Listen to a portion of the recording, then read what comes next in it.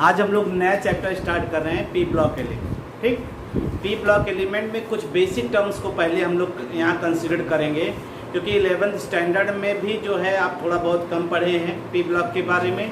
तो P block में कुछ बेसिक चीज़ जैसे हम यहाँ पे पढ़ेंगे, पी ब्लॉक एलिमेंट क्या होता है, ठीक है। इसी में हम लोग पढ़ेंगे इनर्ट पेयर इफेक्ट क्या होता है,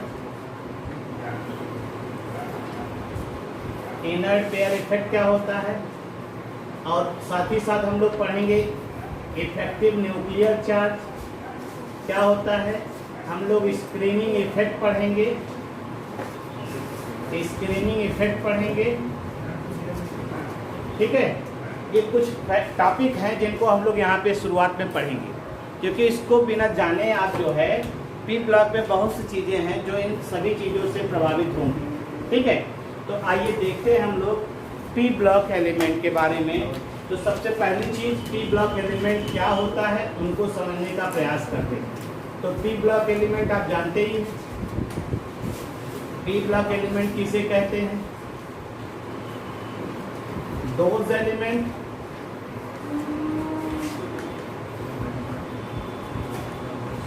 whose last electron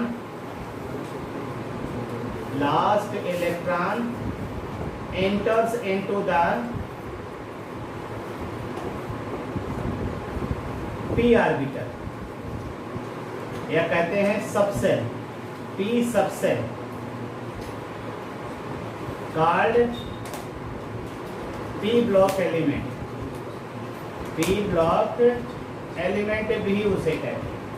आपको मालूम है पूरी पीरियाडिक टेबल, जो पूरी पीरियाडिक टेबल इसी तरह से कैटेगराइज ही, अगर आपको याद हो तो आपने यहाँ पे पूरी पीरियाडिक टेबल को ऐसे कंसीडर किया। ये पीरियाडिक टेबल को अगर आप देखिए, ये एस ब्लॉक एलिमेंट हो गया, इधर वाला पी ब्लॉक एलिमेंट हो गया, ये डी हो गया, और ये वाला कौन सा हो गया, एफ ब्लॉक एलिमेंट। ये पूरी पीरियाडिक टेबल है भाई। और इसमें हम लोग जो कैटेगराइजेशन किए हैं, लास्ट इलेक्ट्रॉन अगर एस ऑर्बिटल में एंटर कर रहा है तो उसे S block element, last electron P orbital में एंटर कर रहा है P block element, last electron D orbital में एंटर कर रहा है डी ब्लॉक एलिमेंट, और लास्ट इलेक्ट्रॉन एफ ऑर्बिटल में एंटर कर रहा है उसे एफ ब्लॉक एलिमेंट कहते हैं। और आपको मालूम है 13 से लेकर के 18 तक पी ब्लॉक में इंक्लूड होता है। तो हम लोग यहाँ पे जानते हैं पी ब्लॉक में कौन कौन से ग्रुप आते हैं, ग्रुप 13 to 18, 13 to 18 जो है ये पी ब्लॉक में आते हैं, ये सुना भी होगा आपने। और क्लास 11th में जो है आपके यहाँ जो दिया गया 13 और 14, ये क्लास 11th में है। क्योंकि आपने कहा जैसा कि कोरोना की वजह से जो है बहुत सी चीज़ें घट बढ़ गई हैं, और उस घटने बढ़ने की वजह से क्लास 11th में आप उतनी अच्छी तरीके से इसको नहीं पढ़ पाएगा, तो कोई दिक्कत नहीं है। 12th में जो आपको पढ़ना है वो वास्तव में है 15 से लेकर 18 तक, 15 से लेकर के 18 तक। लेकिन जो NCERT का सिलेबस जो यहाँ मतलब जो है एक प्रकार से कहिए जो रिड्यूस करके सिलेबस दिए हैं, उसमें इस ग्रुप में भी काफ़ी कटौती किए हूँ। आप सिलेबस देखेंगे इसमें ग्रुप 15 में जैसे नाइट्रोजन फास्फोरस के कंपाउंड और उनके हैलाइड्स की प्रॉपर्टी दी गई है, तो यहाँ सिर्फ नाइट्रोजन का लिया, फास्फोरस को छोड़ दिया। ऐसे ही इन्होंने जो है थोड़ी बहुत कटौती करके जो है पी ब्लॉक को थोड़ा साइड कर दिया, ठीक है। तो हम लोग यहाँ पे ग्रुप 15 से 18 पढ़ेंगे, 12th स्टैंडर्ड पे ग्रुप 15 से 18 तक पढ़ेंगे, जिनके बारे में भी डिस्कस किया जाएगा। लेकिन उससे पहले कुछ बेसिक टर्म्स हैं जिनका भी आगे चल के यूज करेंगे हम लोग। तो पहले एक बार देख लेते हैं वो क्या होता है, कैसे वो किसी चीज़ को प्रभावित करता है, उस चीज़ को हम लोग तब आगे चलेंगे। अभी तो सिर्फ बेसिक टर्म्स लेकर चल रहे हैं। बता दें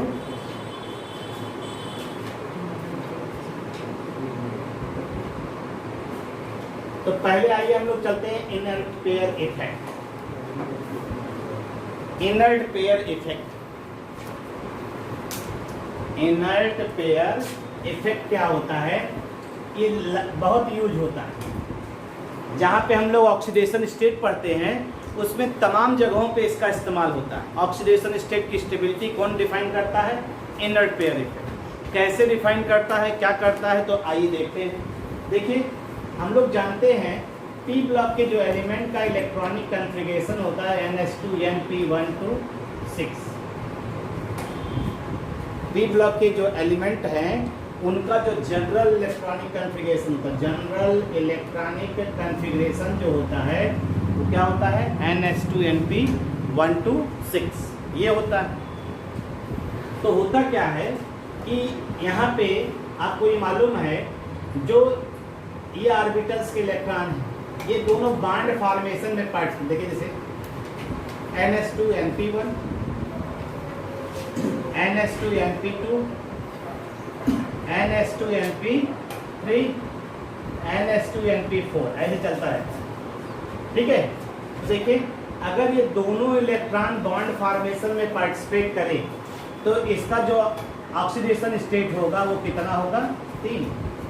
जितने बैलेंस इलेक्ट्रॉन बॉन्ड फॉर्मेशन में पार्टिसिपेट करते हैं वही उसका ऑक्सीडेशन स्टेट होता है। यहाँ पे अगर पार्टिसिपेट करें कितना हो जाएगा? 4। यहाँ पे पार्टिसिपेट करें कितना हो जाएगा? 5। इस तरह से होगा। ठीक है, तो ये दोनों बॉन्ड बनाने में पार्टिसिपेट करते हैं। तो यहाँ पे होता क्या है, पी वाला पार्टिसिपेट करने जाता है और एस वाले को अपने साथ लेकर जाता है। लेकिन प्रॉब्लम तब होती है जब ये एस वाला बॉन्ड फॉर्मेशन पार्टिसिपेट करने में मना करता, कहता भाई मैं क्यों जाऊं। अच्छा ये बताइए, कोई भी एलिमेंट बॉन्ड क्यों बनाता है? स्टेबिलिटी के लिए। स्टेबल कैसे होता है? स्टेबल कैसे होता है? स्टेबल आप कैसे? ऑक्टेट कंप्लीट करके, डुप्लेट पूरा करके, पेयर्ड हो जाना। अनपेयर्ड जब तक रहेगा तो रिएक्शन में पार्टिसिपेट करेगा। जैसे पेयर्ड हो जाता है रिएक्शन में भाग लेने की टेंडेंसी कम हो जाती है। यही तो होता है ना, है? तो यहाँ पे क्या होता है, ये P1 है, एक इलेक्ट्रॉन, और ये 2 है। तो मान लीजिए ये दोनों जब तीनों बॉन्ड बनाने भाग लेते हैं तो रोज ये तीनों इलेक्ट्रॉन बॉन्ड फॉर्मेशन में पार्टिसिपेट कर रहे हैं। लेकिन थर्ड पर्सन कोई इन्वॉल्व होता है, वो इससे पूछा यार तुम रोज रोज कहाँ पी के साथ जाते हो? ऐसे हमने मान लिया अपनी तरफ से, एक एज्यूम किया कि ऐसे पूछता होगा यार तुम पी के साथ कहाँ टहलने चले जाते हो? कहाँ यार वो बॉन्ड बनाने जाते हैं, लाओ हम भी सोचते हैं उनके साथ चले जाए बॉन्ड बना लें। तो कहा यार बॉन्ड क्यों बनाते हैं? उन्हीं से पूछता है। कहीं स्टेबल होने के लिए। कहीं स्टेबल कैसे होते हो? कहीं हम लोग पेयर हो जाते हैं। तो कहें तुम्हारे यस है, यस में कितने इलेक्ट्रॉन? कहें 2। कहें मैक्सिमम इलेक्ट्रॉन कितने हो सकते हैं? कहें 2। तो कहें जब 2 तुम्हारे पास है, तुम पेयर हो, तुम काहे जा रहे? तुमको जाना ही नहीं चाहिए, तुम तो स्टेबल खुद हो। इनकी ये बात समझ में आ जाती यस वाले को। फिर वो क्या करता, फिर सुबह पी वाला आता, कहें और चले वो बॉन्ड बनाया जाए। तो क्या कहेगा यस वाला? कहेगा भैया अब हम बॉन्ड बनाने तुम्हारे साथ नहीं चलेंगे, अब तुम ही जाओ अकेले बॉन्ड बनाओ। उसका यही कहना क्या कहलाता है? Inert pair effect. Yes orbital का बॉन्ड फॉर्मेशन में पार्टिसिपेट करने से मना करना ही क्या कहलाता है? Inert pair effect. बात समझ में आई है? अब क्यों करता उसकी चर्चा भी नहीं करी, पहले समझिए क्या होता। तो इसकी डेफिनेशन देखिए, द रिलक्टेंस ऑफ, रिलक्टेंस मतलब अनिच्छा होती है, the reluctance of inner s orbital electron to take part in bond formation, inner s orbital electron to take part in bond formation called inert pair effect.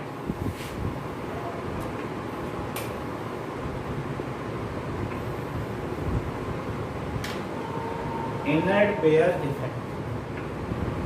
The reluctance of inner s orbital electron to take part, मतलब ये मना कर दिया।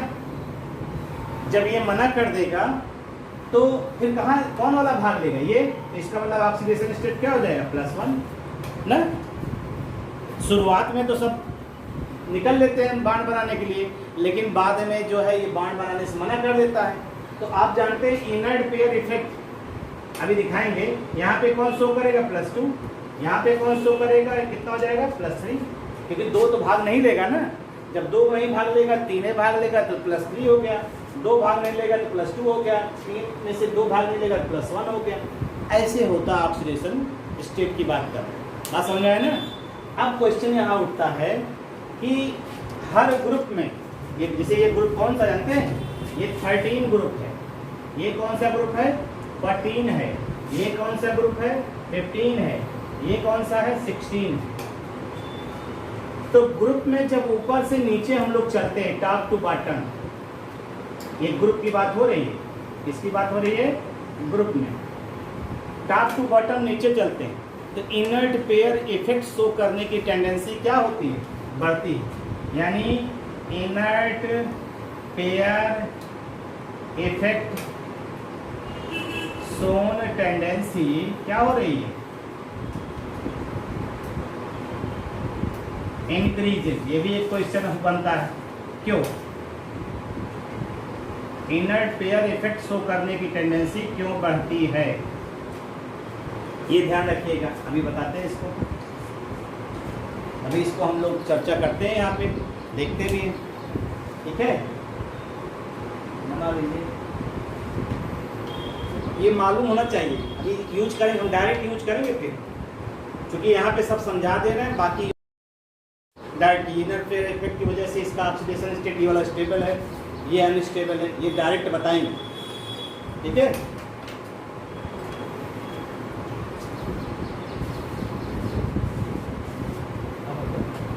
क्या बात, मुस्कुराहट तुम्हारी लाजवाब लग रही है आज, बात है क्या,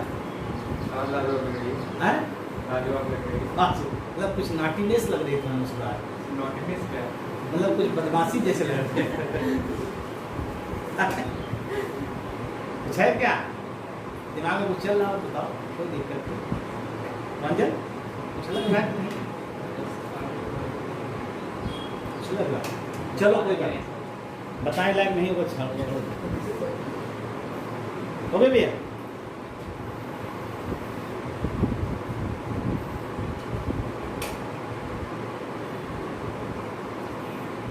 बीच में एक बार सब चैट देख लेंगे, हम लोग लिखते रहते हैं, आप लोग देखते हैं, क्या देखते हो, लिखते हैं, वीडियो क्लियर नहीं है वो, आप तो देखते नहीं है।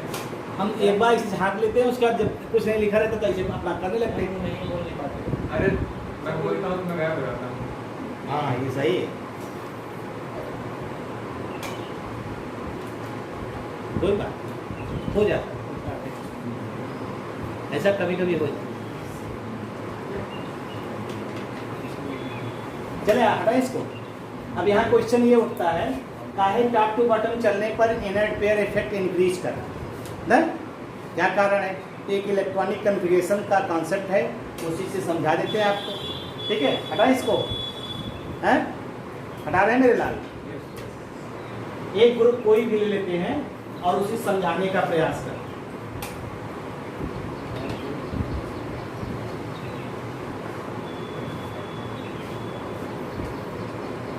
जैसे ये तो जाने देंगे, न्यूक्लियस है, न्यूक्लियस के सबसे पास S, फिर P, फिर D और फिर F।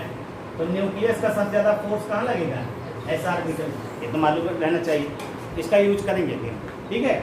एक चीज़। अब दूसरी चीज़ देखिए, जैसे अगर हम लोग चले, मान लीजिए हम, चूँकि हमें ग्रुप 15 ही पढ़ना है तो हम 15 का एग्जाम्पल ले लें। Nitrogen, phosphorus, arsenic, antimony, bismuth, ये एलिमेंट है ग्रुप 15 के।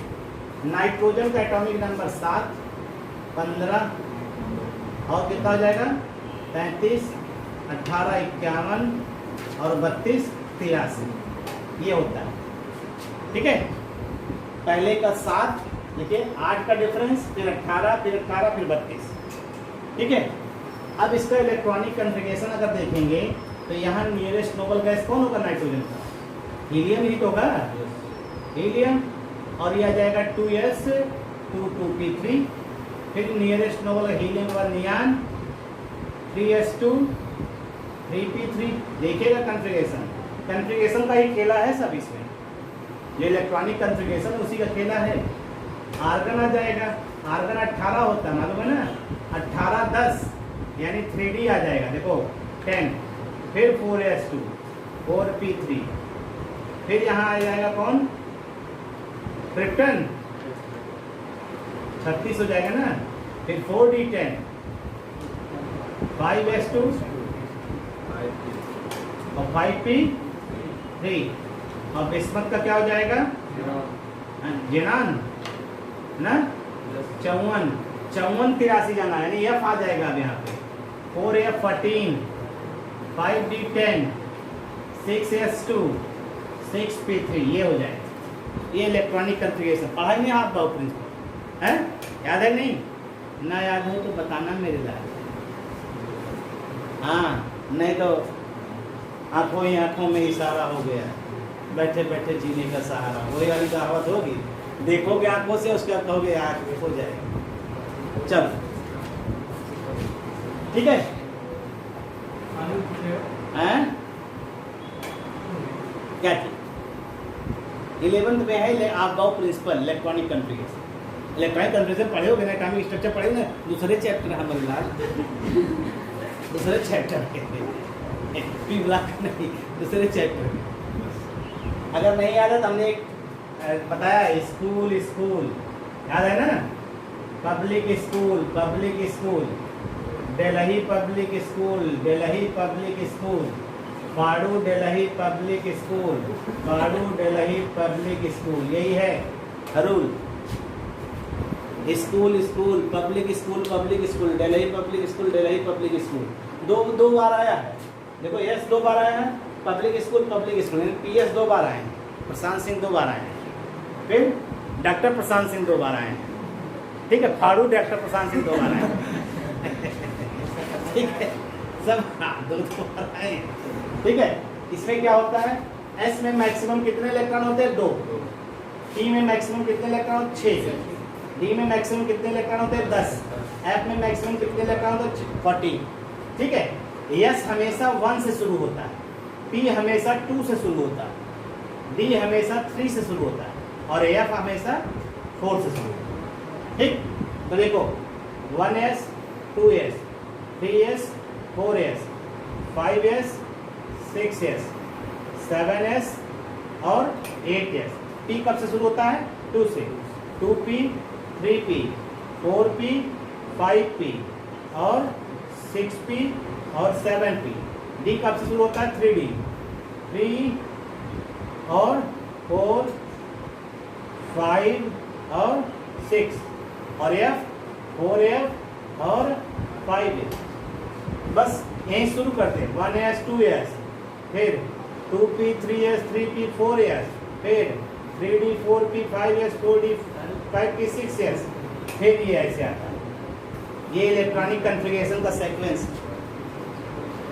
ये इलेक्ट्रॉनिक कॉन्फ़िगरेशन का सीक्वेंस है। हम ग्रुप में भेज देंगे, हम जो पढ़ाएं उसको भेज देंगे। तो ये है, तो इसको हमने जो है आपको बताया, ये राइट, इसको 1s देखो आप ऐसे पढ़ना है बस आपको। अगर इलेक्ट्रॉनिक कॉन्फ़िगरेशन करेंगे, जब 1s2 पूरा हो जाएगा तब 2s2 चलते हैं, 2s2 पूरा हो जाएगा फिर किस पे आते हैं 2p पे, 2p 6 हो जाए फिर 3s2 बाद 3p 6, फिर 4s2, फिर 3d10 4p6 5s2 4d10 5p6 6s2 4f2 4f14 5d10 और फिर 6p10 7s2 5, ऐसे जिस पे जो आता है मैक्सिमम इलेक्ट्रॉन ने लिख ही दिया है। बात समझ में आया ना। तो ये इलेक्ट्रॉनिक कॉन्फ़िगरेशन तो आपको 11th से इतना पढ़ा रहना चाहिए, ठीक है। ग्रुप में आप डाल देंगे, एक वीडियो है इलेक्ट्रॉनिक कॉन्फ़िगरेशन का, उसको अगर नहीं है तो ग्रुप में हम व्हाट्सएप ग्रुप में डाल देंगे। चलिए अच्छा देखिए, तो हमने यहाँ पे जो लिया वह ये है आपका, देखिए अब इसमें कई चीज़ें, कई फैक्टर यहाँ पे लागू होता है। देखो टॉप टू बॉटम चलने पर साइज बढ़ती है, अभी ये भी पढ़ना हम लोग को। टॉप टू बॉटम चलने पर साइज बढ़ेगी, इनकी साइज बढ़ती। देखो n की वैल्यू, ये क्या है n, प्रिंसिपल क्वांटम नंबर होता है, मालूम है ना, नंबर ऑफ सेल। तो नंबर ऑफ सेल 2 है 3 है, तो सेल और न्यूक्लियस के बीच डिस्टेंस बढ़ेगा तो साइज क्या होगी, बड़ी होगी। भाई हमसे और सबसे बाहर पीछे बैठे हुए हैं, हमारे इनके बीच डिस्टेंस बढ़ेगा, साइज क्या हो जाएगी, बढ़ेगी, हैं? अगर हमारे पास आ जाएंगे तो साइज क्या हो जाएगी, कम हो जाएगी। जैसे यहाँ कहते हैं ना, न्यूक्लियस है और वैलेंस शेल के इलेक्ट्रॉन के बीच की डिस्टेंस दोनों को ले लीजिए। अब सेल एक और बढ़ जाए तो डिस्टेंस क्या हो गई, बढ़ गई, बढ़ गई नहीं? तो जैसे जैसे डिस्टेंस बढ़ेगा वैसे वैसे साइज भी क्या होगी, बढ़ेगी। यानी जैसे जैसे नंबर ऑफ सेल बढ़ेंगे साइज बढ़ेगी। तो हमें साइज से नहीं मतलब है, हमें मतलब ये करना है काहे ये भाग शुरुआत में तो खूब मजे से जा रहा है और लास्ट तक जाते जाते काहे मना कर। तो अभी हम लोग पढ़ेंगे स्क्रीनिंग इफेक्ट। एक टर्म अभी लिखा था ना, स्क्रीनिंग इफेक्ट या शेडिंग इफेक्ट, वही चीज़। अब ध्यान दीजिएगा, हम लोग यहाँ पढ़ेंगे डी और एफ ऑर्बिटल अपने शेप की वजह से पुअर स्क्रीनिंग इफेक्ट शो करता है। अभी बताएंगे स्क्रीनिंग इफेक्ट, समझ में आ जाएगा, कोई दिक्कत नहीं। पुअर स्क्रीनिंग इफेक्ट शो करता है। डी और एफ ऑर्बिटल अपने पुअर शेप की वजह से ये क्या शो करता है, पुअर स्क्रीनिंग इफेक्ट शो करता है। तो इसका मतलब है इनका रहना न्यूक्लियस और वैलेंस शेल के इलेक्ट्रॉन में जो फोर्स लग रहा है उसको सील्ड नहीं कर पा रहे। आपको तो इसको भी समझना पड़ेगा। हटाए इसको ना। इसको समझाने के लिए थोड़ा सा आपको इफेक्टिव न्यूक्लियर चार्ज यही पे लेते हैं, बताना है ये। इसको इसी के लिए बताने के लिए हम यही ले रहे हैं, ठीक है। हम जो बताने चल रहे थे ENC, क्या कह रहे थे, उससे आपको ज़्यादा सही होगा। Effective nuclear charge. Effective nuclear charge क्या होता है, इसे देखो, ये न्यूक्लियस है, न्यूक्लियस है ना, 1 2 3, यहाँ पे मान लो वैलेंस शेल, इस पे इलेक्ट्रॉन। तो जब यहाँ इलेक्ट्रॉन तो ऑटोमेटिक यहाँ इलेक्ट्रॉन होगा तभी तो यहाँ पहुँचा है। पहले तो इनर सेल में इलेक्ट्रॉन भरा जाता है ना, तो यहाँ भी इलेक्ट्रॉन होगा, यहाँ भी इलेक्ट्रॉन होगा ना, यहाँ पर भी इलेक्ट्रॉन होगा, यहाँ पर भी इलेक्ट्रॉन होगा, ठीक है। अभी एज्यूम करिए बीच में इलेक्ट्रॉन नहीं है, तो जो न्यूक्लियस का फोर्स है वो क्या कर रहा है, वैलेंस शेल के इलेक्ट्रॉन पे लग रहा है। तो जो न्यूक्लियस का फोर्स वैलेंस शेल के इलेक्ट्रॉन पे लगता है उसी को क्या कहते हैं, इफेक्टिव न्यूक्लियर चार्ज। पढ़ा होगा इफेक्टिव न्यूक्लियर चार्ज ना। न्यूक्लियस के द्वारा वैलेंस शेल के इलेक्ट्रॉन पे जो फोर्स लगता है, भाई ये कैसा फोर्स लगेगा, कूलाम्बिक फोर्स लगेगा ना, फोर्स ऑफ अट्रैक्शन लगेगा ना। तो पॉजिटिव चार्ज है, ये निगेटिव चार्ज है। पॉजिटिव और निगेटिव के बीच में कौन सा फोर्स लगता है, इलेक्ट्रोस्टैटिक फोर्स। और वो इलेक्ट्रोस्टैटिक दो चार्ज आयन के बीच में कौन सा नियम लगता है, कूलाम्ब का आप फिजिक्स में पढ़ा होगा ना। तो इनके बीच में इलेक्ट्रोस्टैटिक फोर्स ऑफ अट्रैक्शन लगता है। इनके बीच में कौन सा फोर्स लग रहा है, इलेक्ट्रोस्टैटिक फोर्स ऑफ अट्रैक्शन। और उसी इलेक्ट्रोस्टैटिक फोर्स ऑफ अट्रैक्शन से क्या करता है ये इलेक्ट्रोस्टैटिक फोर्स ऑफ अट्रैक्शन है। इसको देखो भैया, देखो समझ लो, ये सब चीज़ें बेसिक चीज़ें हैं। ये सब चीज़ें आपको आनी चाहिए तभी पी ब्लॉक पढ़ने में इंटरेस्ट भी आएगा, वरना फिर रटने का अलावा कोई चारा नहीं बचेगा। जब न्यूक्लियस वैलेंस शेल के इलेक्ट्रॉन पे फोर्स लगा रहा है तो वो फोर्स चूंकि चार्ज ऑब्जेक्ट के बीच में लग रहा है तो इसी को हम लोग क्या कह रहे हैं, ENC। और अगर ENC हाई होगा तो साइज क्या होगी, स्मॉल। क्यों? अब आप कहिए क्या इलेक्ट्रॉन बाहर निकल के चला आएगा सेल से? भाई हमने बताया है कई बार आपसे, जो इलेक्ट्रॉन होता है उसका मोशन कैसा होता है, इलेक्ट्रॉन का कैसा नेचर होता है, वेव। वेव कैसे चलता है, क्रेस्ट और ट्रफ बनाता हुआ। ये जब चलेगा तो कैसे चलेगा, ऐसे ना, ऐसे चलेगा ना। इलेक्ट्रॉन जब भी चलेगा अपने पाथ पे ऐसा थोड़ा टहलते हुए चलेगा, लहरा के चलेगा। लहरा चलते जाते हैं, जब कोई लहरा चलता दिखे किसी को, नहीं लहरा के चलते हैं किसी देखे हो लहरा चलते हुए, इसमें गाना भी होता है लहरा। अरे यार सांप को देखो, सांप देखे नहीं, लहरा चलता यूं, वो भी वेव नेचर उसका सोचो, इमेजिन करो, वो भी तो क्रेस्ट और ट्रफ बनाता वो चल रहा है। तुम लोग पता नहीं कहाँ से रिलेट जब हैरान कहते हैं, पता नहीं कहाँ से रिलेट मैं हैं? समझा था, हैं? मैं सांप ही समझा था। तुम सांप, फिर उल्टी सीधी बात करो, सांप पे समझोगे तुम, और तुम्हारा दिमाग कहीं जा भी नहीं सकता ना, दिक्कत तो ये है। चलो अच्छा ठीक, ये देखो देखो हमने कहा ना, तो अगर इलेक्ट्रॉन चलना होगा तो यहाँ से अगर न्यूक्लियस जो है, अगर न्यूक्लियस फोर्स लगाएगा तो ये भागेगा, यहाँ तक मैक्सिमम आ सकता है? अगर न्यूक्लियस का फोर्स कम हो जाएगा तो यहाँ तक आ सकता है, वापस दूर जा सकता है? यही तो हो सकता है। तो यही साइज घटने बढ़ने के इतना ही डिफरेंस होता है, ये नहीं बिल्कुल पास में आ जाएगा उसको, क्योंकि जब ये पास जाएगा तो ये जब पास में जाएगा, इधर जाएगा जैसे, तो ये भी रिपेल करेगा इसको, अभी पढ़ा जाएगा स्क्रीनिंग इफेक्ट, क्योंकि ये तो न्यूक्लियस, ये भी तो इलेक्ट्रॉन है, इस पर नेगेटिव चार्ज रिपेल कर रहे हैं। तो अभी इतना समझिए बस, हमने क्या कहा, न्यूक्लियस के द्वारा वैलेंस सेल के इलेक्ट्रॉन पे जो फोर्स लग रहा है उसी को आपने क्या नाम दिया, इफेक्टिव न्यूक्लियर चार्ज। हम इसको लिख दे रहे हैं, exerted by nucleus on valence shell electron called effective nuclear charge. Force exerted by nucleus on valence shell electron are called effective nuclear charge. हमने यही कहा ना, हमने तो यही कहा आपसे, अभी इसको हटाने दे, इसी में बताना उस चीज को। जितना ज्यादा ENC होगा, ENC जितना ज्यादा होगा साइज एटम की, साइज ऑफ एटम उतना ही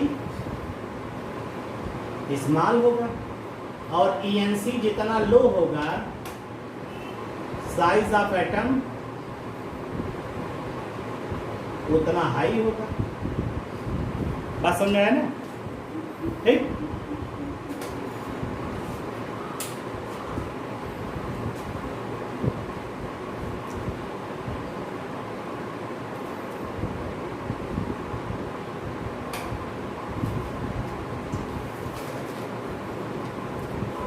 चले आगे।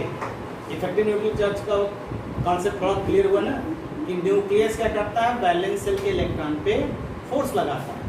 अगर वो फोर्स स्ट्रांग होगा तो ऑटोमेटिकली मान के चलिए साइज थोड़ी श्रिंक करेगी, और अगर फोर्स लो होगा तो साइज थोड़ी एक्सपैंड करेगी, इलेक्ट्रॉन क्लाउड थोड़ा न्यूक्लियस से दूर भागे, बस यही होगा। हो गया?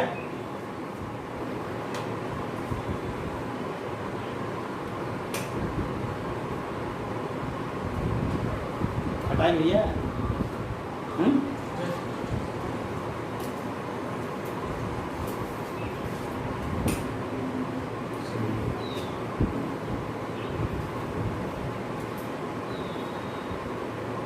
अभी आपका सिलेबस नहीं शुरू हुआ भैया,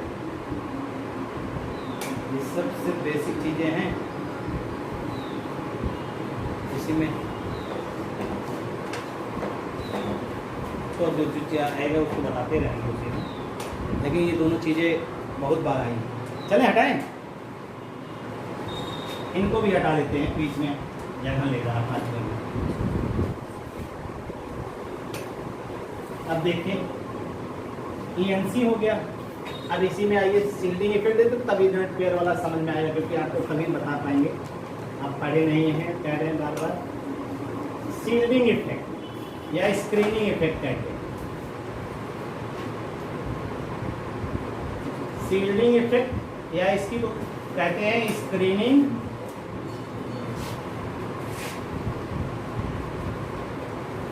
इफेक्ट। शील्डिंग या स्क्रीनिंग इफेक्ट क्या होता है, सुनिए। ये हम लोग कहाँ ऑब्जर्व करते हैं, इन मल्टी इलेक्ट्रॉन सिस्टम। इन मल्टी इलेक्ट्रॉन सिस्टम में ही इसको ऑब्जर्व करते हैं, जहां पे एक से अधिक इलेक्ट्रॉन होंगे वहीं पे दिखाई देगा ये, ठीक है। मल्टी इलेक्ट्रॉन सिस्टम में इसको ऑब्जर्व करते हैं। तो क्या होता है, देखिए न्यूक्लियस है, न्यूक्लियस है, और ये सेल है, सेल में इलेक्ट्रॉन है, ठीक है, सेल में इलेक्ट्रॉन है। तो इलेक्ट्रॉन जब भी होगा, ये है, ठीक, और ये क्या है, ये न्यूक्लियस है, ये क्या है, वैलेंस सेल इलेक्ट्रॉन है, ये वैलेंस सेल इलेक्ट्रॉन है, और ये इसे क्या कहेंगे हो, इसे मेरे लाल क्या कहेंगे, इनर सेल इलेक्ट्रॉन ना, दोनों के बीच में है ना, तो इसे बोलेंगे इनर सेल इलेक्ट्रॉन।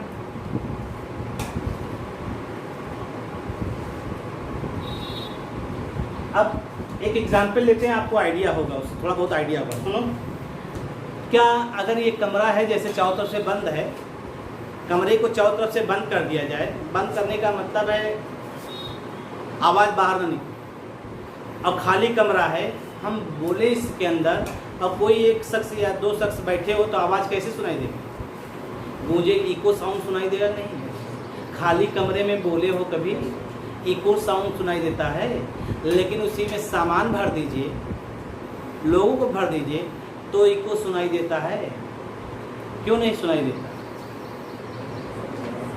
है? हमारी आवाज़ का कुछ पार्ट फ्रैक्शन जो है, जो सुनते हैं वो एब्जॉर्ब कर ले रहे हैं, तो हमारी आवाज़ जो है, जो रिफ्लेक्शन है, उस रिफ्लेक्शन होने की टेंडेंसी क्या हो जाएगी, कम हो जाएगी, इको होने की टेंडेंसी, भाई रेजोनेंस मिलना चाहिए ना, रेजोनेंस होगा तभी इको साउंड सुनाई देगा, और रेजोनेंस जो मतलब इक्विलिब्रियम है वो डिस्टर्ब हो जा रही है, इस वजह से इको साउंड नहीं सुनाई दे रहा, सामान रखा हुआ।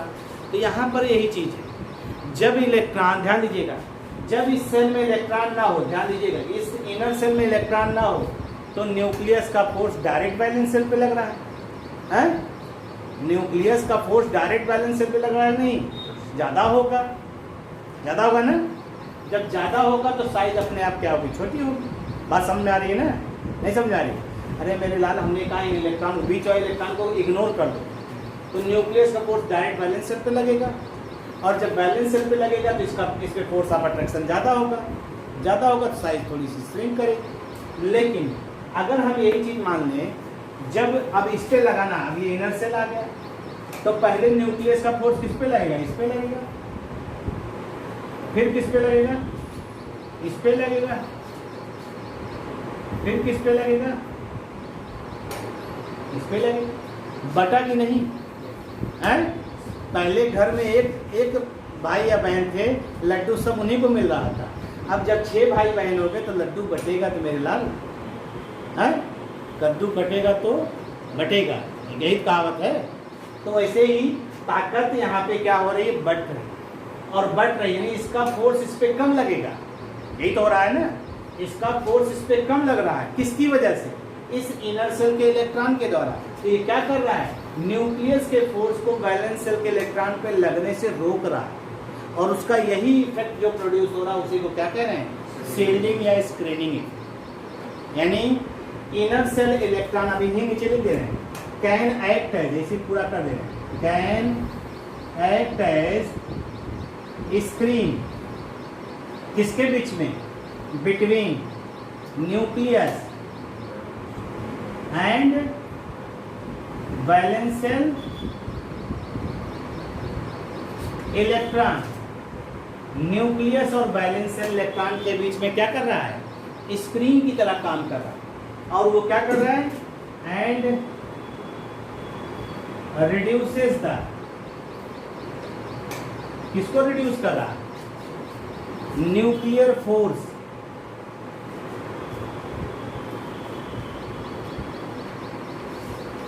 Nuclear force on valence shell electron, reduces the nuclear force on valence shell electron. जो इनर सेल का इलेक्ट्रॉन है वो स्क्रीन की तरह काम कर रहा है और रिड्यूस कर रहा है न्यूक्लियस के फोर्स को वैलेंस सेल पे लगने से।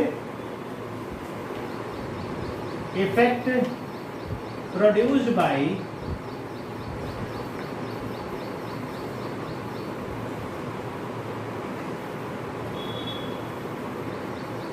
these inner cell electron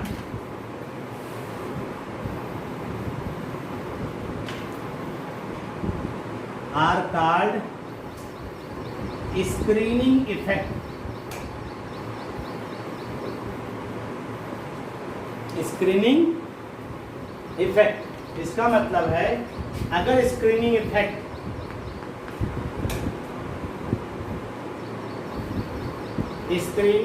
अगर हाई है तो ENC की वैल्यू अपने आप क्या होगी, लो होगी, और ENC की वैल्यू अगर लो होगी तो साइज क्या होगा, ज़्यादा होगा। ये सब चीज़ें याद रहनी चाहिए।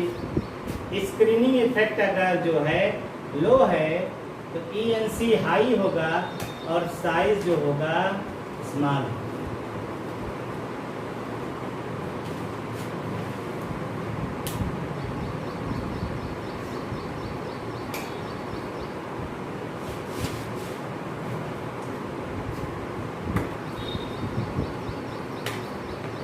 लिख लो।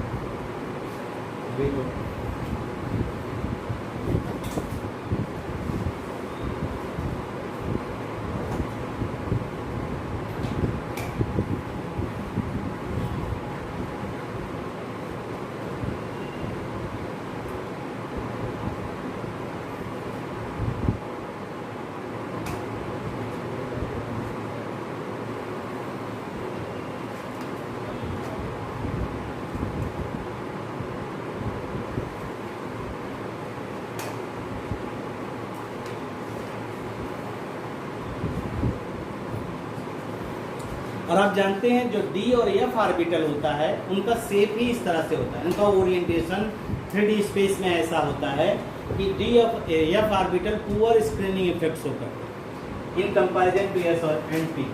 तो हम लोग यहाँ पे ये चीज़ जरूर याद रखे रहिएगा, D and F orbital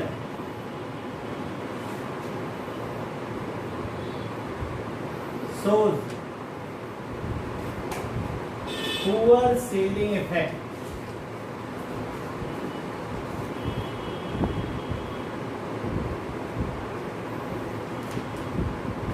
D and F orbital shows poor shielding effect।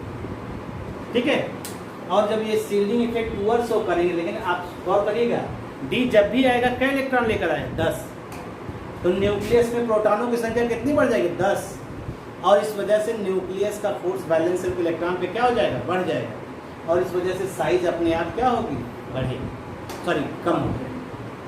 तो D और F जानते हैं, D आएगा कितना इलेक्ट्रॉन लेकर आएगा, 10, F आएगा तो 14 इलेक्ट्रॉन, और आएगा तो इसके साथ साथ क्या आएगा, प्रोटॉन भी आएगा न्यूक्लियस में। तो ये D में रहेगा तो D और F ऑर्बिटल अपने शेप की वजह से क्या शो कर, D and F orbital shows poor shielding effect due to its shape, अपने शेप की वजह,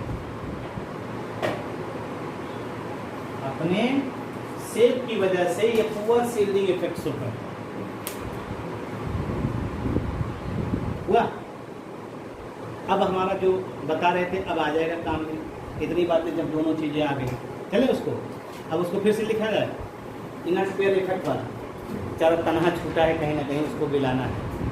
अब ऐसे होता तो ऐसे ऐसे पीछे कर देते हम भी हैं, फिर वही मेहनत करना है, करा दें इसको भैया।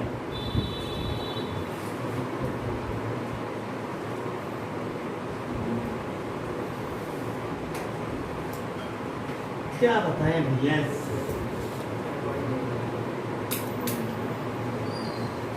चलें आइए देखते हैं उसी को। तो कौन सा लेना था, लास्ट में ही, लास्ट वाले पे चलते हैं क्योंकि हमारा लास्ट वाले से ही मतलब है। सब लिखे क्या, नाइट्रोजन फास्फोरस लिखे ही तुम लोग, तो नाइट्रोजन हम लिख दे रहे हैं, फास्फोरस, आर्सेनिक, एंटीमनी और बिस्मथ, इसी को लिख रहे हैं। इसमें क्या आया था वो, जेनान 54, 4F14, 5D10, 6S2 और वारे वाह, अभी तुम्हारी आवाज़ सुनाई दी यार, तुम्हें बोले थे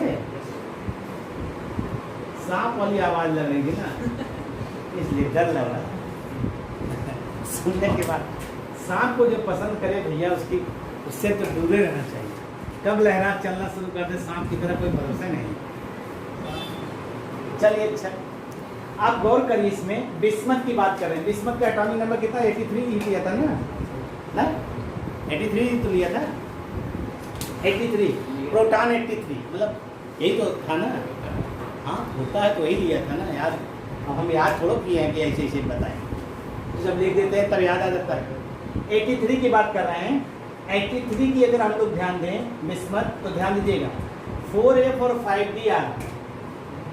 ध्यान दीजिएगा 4F 5D आ रहा है। इसको छोड़िए अभी, ये दोनों मिलकर के बॉन्ड बनाने में पार्टिसिपेट करने जा रहे हैं लेकिन किसी ने कहा कि तुम न जाओ।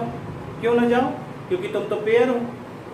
तो इसकी ये अनिच्छा जाहिर करने लगता है, और जब ये अनिच्छा जाहिर करने लगता है तो न्यूक्लियस जो है अपने फोर्स को इस पे ज़्यादा लगाता है। पी की अपेक्षा एस पे फोर्स हमने बताया था ज़्यादा लगता है। क्यों? क्योंकि न्यूक्लियस के सबसे पास में कौन है? एस पी ना, मालूम है ना। तो बैलेंस सेल पे जो फोर्स लगाएगा तो न्यूक्लियस का फोर्स बैलेंस सेल के इलेक्ट्रॉन पे ज़्यादा लग जाएगा। क्यों? F और D ऑर्बिटल क्या शो कर रहे हैं? Poor shielding effect.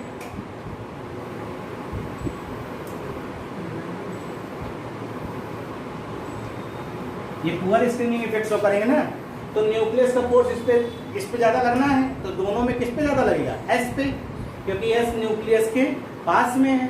तो ये पहले भी अनिच्छा जाहिर कर रहा था, इसको इसका सपोर्ट मिल गया तो ये बॉन्ड फॉर्मेशन में पार्टिसिपेट करने से क्या करेगा?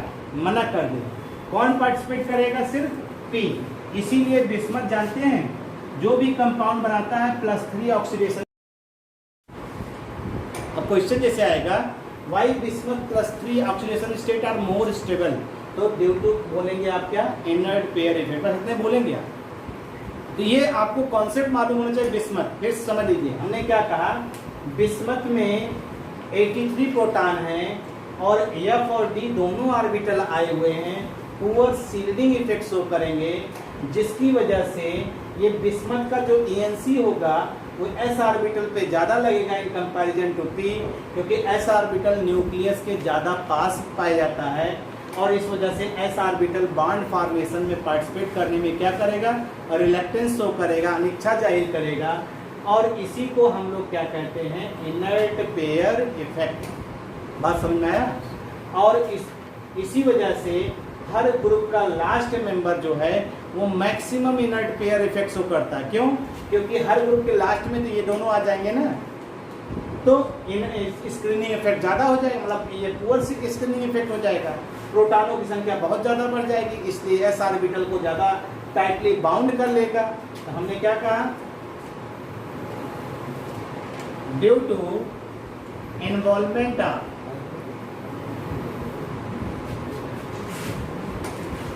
D and F orbital,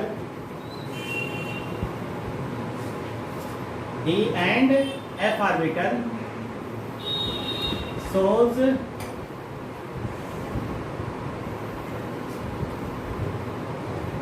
in bismuth ले लीजिए, मैं किसके बारे में लिख रहे समझ में आएगा। shows poor shielding effect, shielding effect, ठीक है।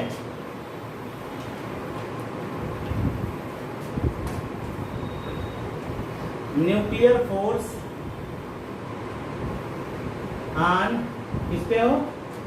6s2 are maximum because S orbital are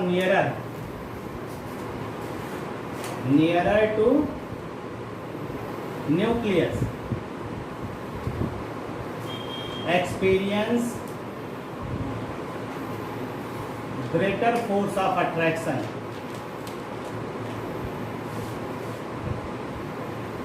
by nucleus.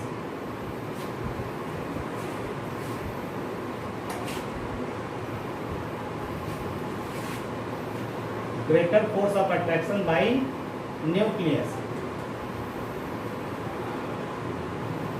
can't participate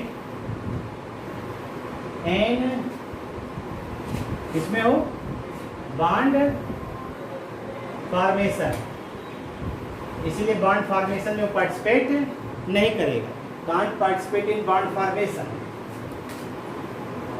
that's why only 6p orbital electron are involved in bond formation, hence +3 oxidation state of bismuth is more stable than +5. +3 oxidation state bismuth का more stable होगा then +5।